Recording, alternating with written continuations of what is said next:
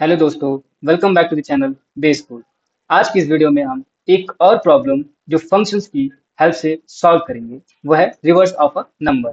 तो किसी एक नंबर को आपको रिवर्स करना है, तो उस रिवर्स फंक्शंस को किस तरह से आप इम्प्लीमेंट करेंगे, ये चीज हम लोग इस वीडियो में देखेंगे। हालांकि हमने रिवर्स किसी एक नंबर्स को रिवर्स करने का प्रोसेस हमने फॉर लूप की हेल्प से पहले भी बता चुके हैं। तो इस वीडियो में हम बताएंगे आपको कि किस तरह से एक नंबर्स को आप रिवर्स कर सकते हैं फंक्शन की हेल्प से। ठीक है। तो इस रिवर्स का जो बेसिक लॉजिक है वो आपको पता होगा। नहीं मालूम तो भी मैं इसमें उसके लॉजिक्स को समझाएंगे। ठीक है। तो देखते हैं इस रिवर्स फंक्शंस के क्या लॉजिक हो सकते हैं। ठीक है। तो आपने देखा होगा, ये जो आपका नंबर है 1 2 3 4, ठीक है, इसको रिवर्स करने के लिए आपको क्या करना होगा, इसको एक्सपेंडेड फॉर्म में अगर आप लिखेंगे तो आप ऐसे लिख सकते हैं 1000 प्लस में 200 प्लस में 30 प्लस में 4 लिख सकते हैं, बिल्कुल लिख सकते हैं। अगर मैं कहूँ कि इसको 4 में 1 का मल्टीप्लाई किया गया है, 3 में आपने 10 का मल्टीप्लाई किया है, इस 2 में आपने 100 का मल्टीप्लाई किया है और 1 में आपने 1000 का मल्टीप्लाई किया है। अगर मैं कहूँ इस नंबर्स के जो आपने 1 2 3 4 दिया है, इसके एक एक डिजिट को आप निकालिए। अगर आपके लास्ट डिजिट को निकालना होता है तो आप क्या करते हैं, मॉड्यूलो ऑपरेटर यूज करते हैं। क्या करते हैं, मॉड्यूलो ऑपरेटर यूज करते हैं। ठीक है। ठीक है, मॉड्यूलो ऑपरेटर आप क्या करते हैं, यूज करते हैं, जो बताता है कि कोई भी नंबर्स का रिमाइंडर क्या आने वाला है। हालांकि आप रिमाइंडर किस तरह से निकाल करके लास्ट डिजिट निकाल सकते हैं वो भी हमने देखा था। अगर मैं कहूँ एक रैम नाम का वेरिएबल, ठीक, बस एक वेरिएबल, इस नंबर्स को 1 2 3 4 को मैं मॉड्यूलो करूं 10 से, तो क्या वैल्यू आएगी आप गेस कर सकते हैं। अगर इस नंबर को 10 से डिवाइड किया जाए तो रिमाइंडर क्या आ जाएगा, 4 आ जाएगा। कितना आ जाएगा, 4 आ जाएगा। यानी कि ये क्या है, लास्ट डिजिट है। क्या है, लास्ट डिजिट है। इसी तरह से हम क्या करेंगे, हर एक नंबर्स का जो एक एक डिजिट हमने क्या किया, लास्ट लास्ट डिजिट हम उसमें कैलकुलेट करेंगे। कैसे कैलकुलेट करेंगे, अब दोबारा अगर हम रिंग निकालेंगे इस तरह से, फिर 4 आएगा। ठीक है, दैट मीन 4 फिर से अगेन आ गया। तो उस केस में हम क्या कर सकते हैं, इस नंबर्स को, ठीक है, जो नंबर आपका है वो उसको हम क्या करेंगे, 10 से डिवाइड कर देंगे। 10 से डिवाइड करते ही आपका जो नंबर बचेगा वो कितना बचेगा, 1 2 3 बचेगा। ठीक है, जो डिवीजर है वो इंटीजर डिवीजर है। अब जो डिवीजन हो रहा है दो इंटीजर के बीच में हो रहा है, तो आउटपुट क्या देगा, इंटीजर में देगा, ना कि पॉइंट में, ना कि वो डेसिमल में देगा। ठीक है। तो आई थिंक आपको ये चीज समझ में आया। ठीक है। इसी प्रोसेस को हम बार बार करेंगे। फिर रिमाइंडर के अंदर हम क्या करेंगे, रिमाइंडर इज इक्वल टू, फिर आपका जो नंबर है वो कितना, 1 2 3, फिर मॉडलो आप करेंगे किससे, 10 से। तो इस बार क्या आ जाएगा, 3 आ जाएगा। अब इस 3 का मल्टीप्लीकेशन हम किससे करेंगे, 10 से करेंगे, इस तरह से वो 30 आ जाएगा। ठीक है, आई होप आपको ये क्लियर होगा। ठीक है, इस तरह से हम लोग प्रोसेस को कंटिन्यू करेंगे। आई होप आपको ये लॉजिक क्लियर होगा। ठीक है, तो चलते हैं। सबसे पहले क्या करेंगे, किसी एक नंबर्स के लिए उसको रिवर्स करने का फंक्शन बनाते हैं।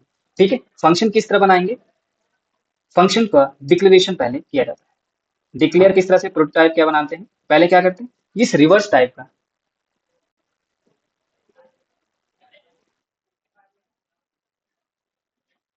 इस रिवर्स टाइप का हम लोग क्या बनाएंगे, फंक्शन बनाएंगे।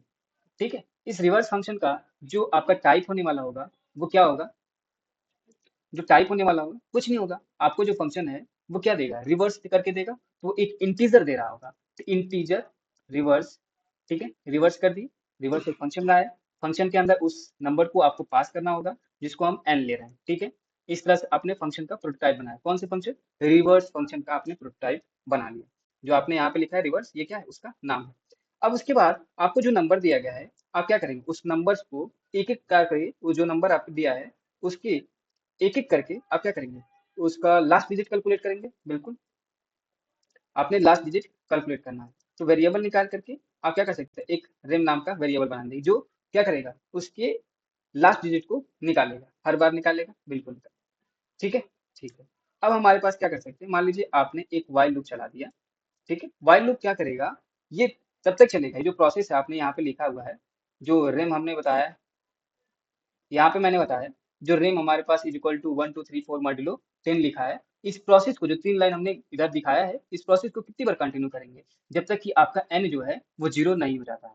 तो हमारे पास क्या होगा, एक लूप की नीड पड़ेगी।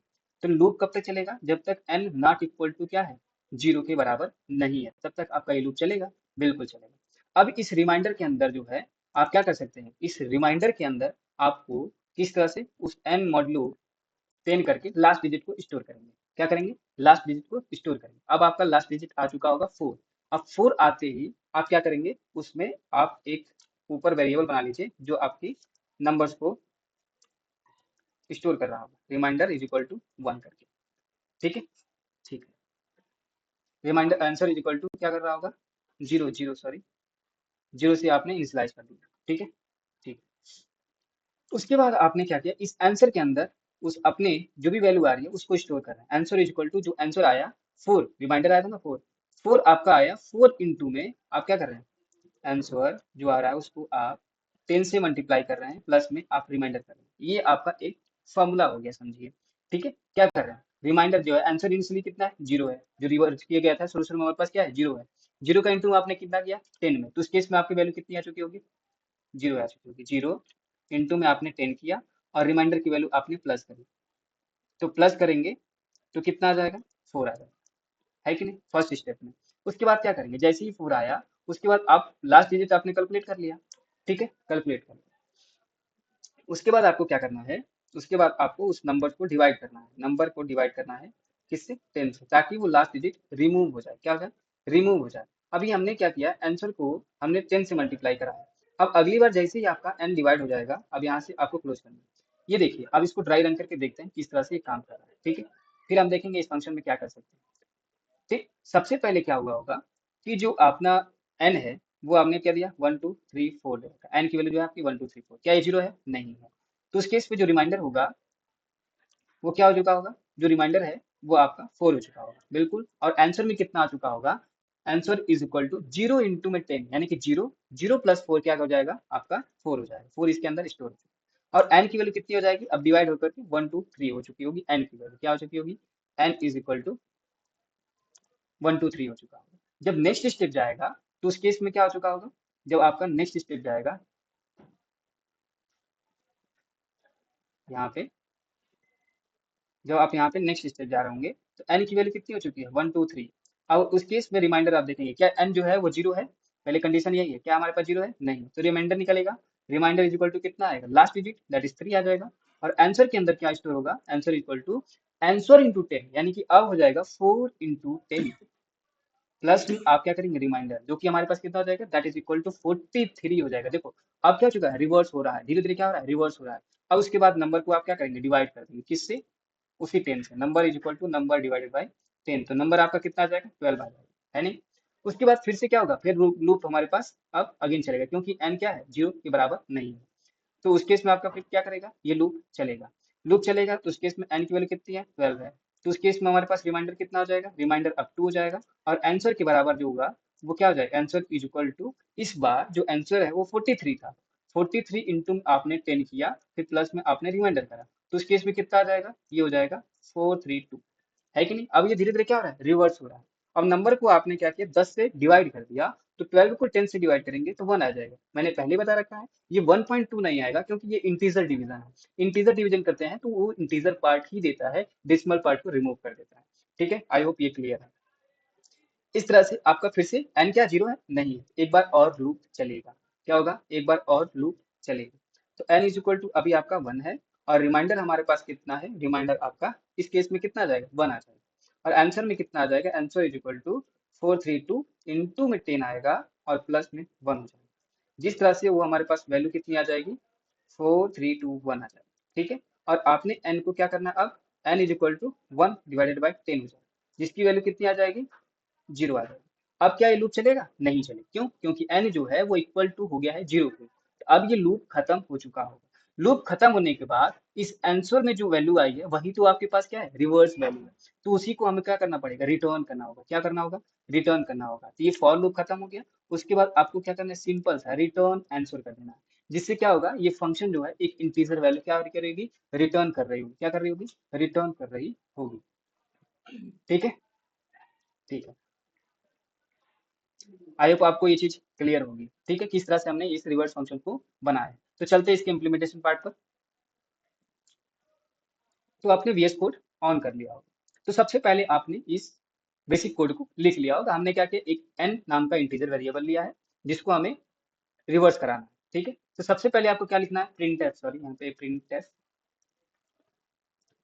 ठीक है, प्रिंटफ के अंदर लिख दिया इंटर द नंबर, वो ताकि हमारे पास वो मैसेज शो करके आए कि हमको नंबर को इंटर कराना है। ठीक है, ठीक है। उसके बाद हमारे पास ये नंबर आ चुका होगा, तो आपको क्या करना है, एक रिवर्स फंक्शन को कॉल लगाना होगा। क्या करना होगा, रिवर्स फंक्शन को कॉल लगाना होगा, उसमें इस नंबर को पास करना होगा। ठीक है, ठीक है। अब एक इंटीजर आंसर के नाम के अंदर आप इसको स्टोर कर लेंगे। ठीक है, ठीक है। अब ये जो रिवर्स फंक्शन होगा उसको बनाना होगा, तो क्या बनाएंगे, मेन फंक्शन के बाहर। कहाँ बनाएंगे, मेन फंक्शन के बाहर। उसका रिटर्न टाइप क्या होगा, इंट होगा, नाम हमने रखा था रिवर्स, और उसमें हमने क्या किया, एक इंटीजर एन नाम का वेरिएबल पास करा। हालांकि नाम आप कुछ भी देख सकते हैं, एन की जगह पे नाम दे सकते हैं। ठीक है, कुछ अपने तरह से कुछ भी नाम दे दीजिए। ठीक है, ठीक है। अब आपने क्या किया था, एक वेरिएबल ले रखा था आंसर, जिसको आपने जीरो से इनिशियलाइज करा था। एक वेरिएबल ले रखा था रैम, जिसको आपने इनिशियलाइज भी नहीं किया। उसके बाद हमने क्या किया था, वाइल लूप के अंदर आपका एन लिखा था, और एन नॉट इक्वल टू जब तक जीरो है तब तक आपको क्या करना है, तब तक आपको रैम कैलकुलेट करना है। Ram is equal to n modulo 10 करके उसका लास्ट डिजिट कैलकुलेट करना है। क्या करना है, लास्ट डिजिट कैलकुलेट करना है। जैसे ही लास्ट डिजिट आता है उसको हम answer is equal to answer into 10 करके और प्लस उस रिमाइंडर को करते हैं, तो आंसर हमारे पास जो भी आता है वो उसकी में आता है, रिवर्स फॉर्म में आता है। और उसके बाद आप n is equal to n divided by two करके, सॉरी 10 करके एक नंबर को रिमूव कर देते हैं। ठीक है, ठीक है।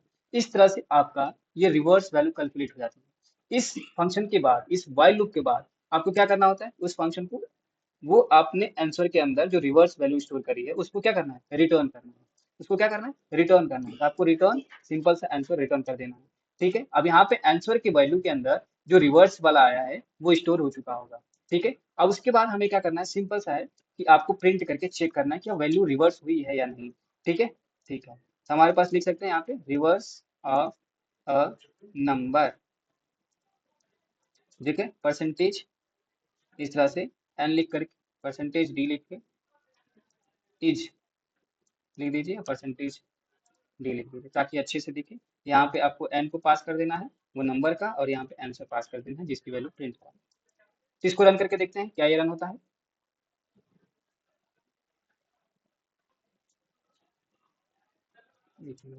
इसका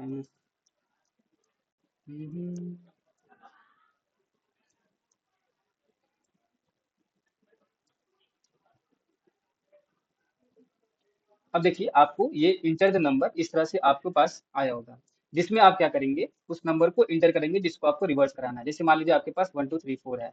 ठीक है, हमने दे दिया। अब इसके बाद इंटर क्लिक करेंगे तो रिजल्ट आएगा। तो देखिए, रिवर्स ऑफ नंबर आपका कितना आ जाएगा, 4 3 2 1 आ गया। ठीक है, इसी तरह से आप कोई और नंबर देना चाहते हैं तो उसको भी दे सकते हैं। मान लीजिए आपके पास इस तरह से कुछ भी हमने नंबर दे दिया है, उसको रिवर्स करना है। इस तरह से देखिए क्या हो चुका है, 7 5 7 4 3 6 3 का रिवर्स इस तरह से आ चुका है। ठीक है, आई होप आपको ये वीडियो अच्छा लगा होगा और आपको ये कोड भी समझ में आया होगा। ठीक है, तो मिलते हैं अपने नेक्स्ट वीडियो में, तब तक के लिए बाय बाय।